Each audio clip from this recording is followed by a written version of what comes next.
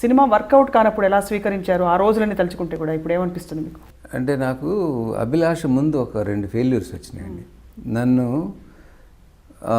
డైరెక్టర్గా పెట్టుకుని ఒక ప్రొడ్యూసరు అనౌన్స్మెంట్ చేసి నాకు తెలియకోకుండా, నాకు చెప్పుకోకుండా వేరే డైరెక్టర్తో మళ్ళీ అనౌన్స్ చేశాడు. ఆ రోజు నిజంగా కళ్ళమ్మడి నీళ్ళు వచ్చినాయి నాకు. అభిలాష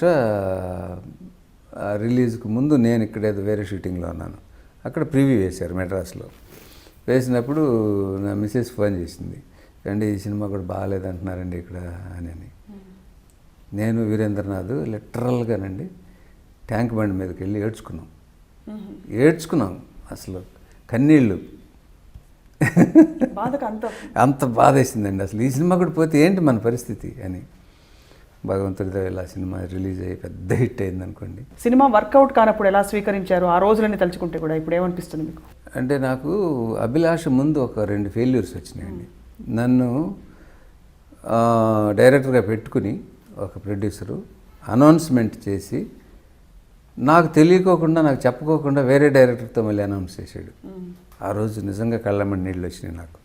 అభిలాష రిలీజ్కి ముందు నేను ఇక్కడ ఏదో వేరే షూటింగ్లో ఉన్నాను. అక్కడ ప్రివ్యూ వేశారు మెడ్రాస్లో.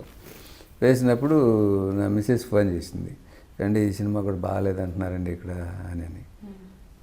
నేను వీరేంద్రనాథ్ లిటరల్గానండి ట్యాంక్ బండ్ మీదకి వెళ్ళి ఏడ్చుకున్నాం అసలు కన్నీళ్ళు. అంత బాధ వేసిందండి అసలు. ఈ సినిమా కూడా పోతే ఏంటి మన పరిస్థితి అని. భగవంతుడితో ఇలా సినిమా రిలీజ్ అయ్యి పెద్ద హిట్ అయింది అనుకోండి.